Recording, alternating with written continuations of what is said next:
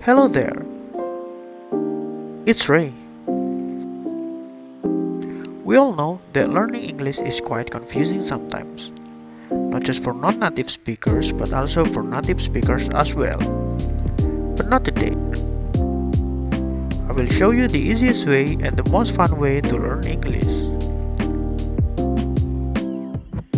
Today, we're going to talk about sentences.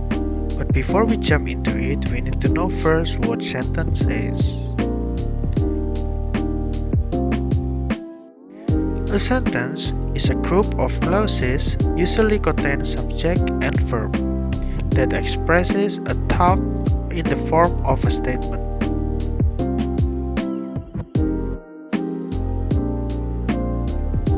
Sentences are divided into four common sentence types: simple sentences, compound sentences, complex sentences, and compound complex sentences.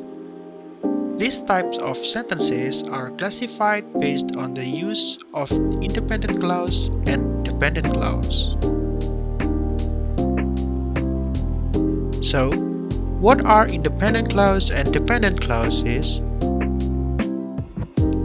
An independent clause is a clause that can stand alone as a sentence and it expresses a complete thought.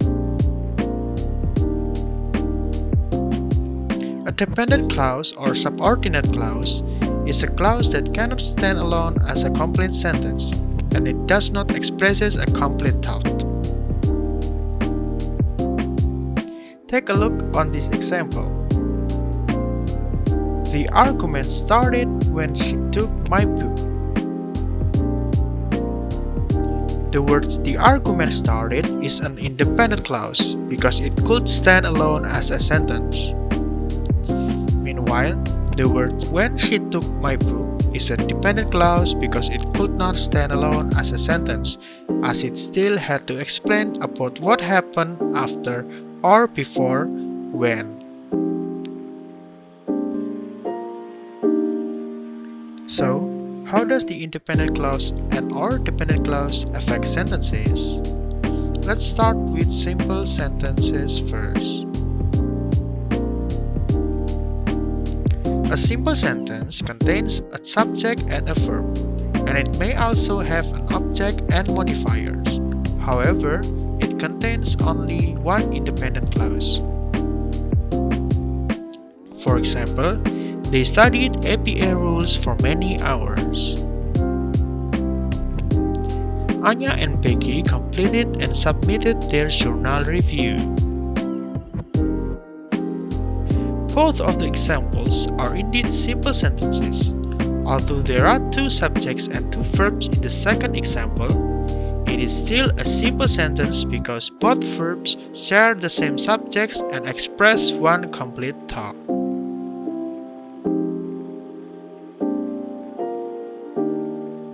A compound sentence contains at least two independent clauses.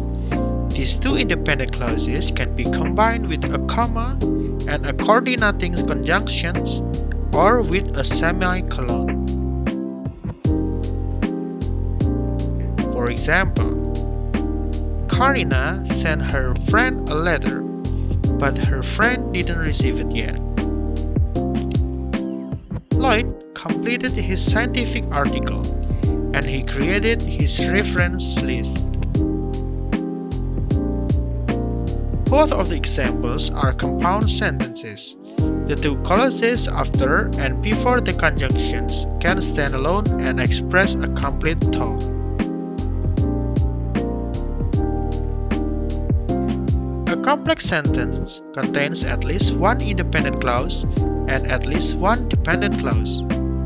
Dependent clauses can refer to subject, the sequence of time, or the causal elements of the independent clauses.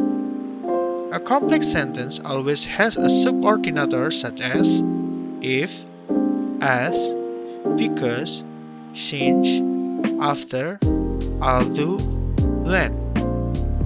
or relative pronouns such as who, that, which. For example, because Dr. Watson organized his source material by theme, it was easier for his readers to follow. When they arrived at the restaurant, they realized it had already closed. Both of the examples are complex sentences. In the first example, the words because Dr. Watson organized his source material by theme is a dependent clause. Meanwhile, the words it was easier for his readers to follow is an independent clause.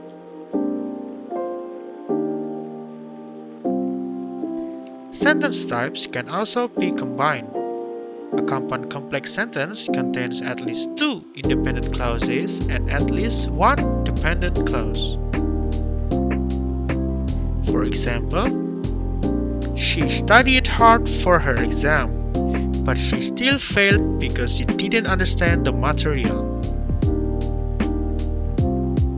Although he was tired, Holmes stayed up late to finish his project, and he still managed to get to work on time. Both of the examples are compound complex sentences. In the second example, there are two independent clauses. Those are Holmes stayed up late to finish his project and he still managed to get the work on time. And also contains one dependent clause, which is although he was tired.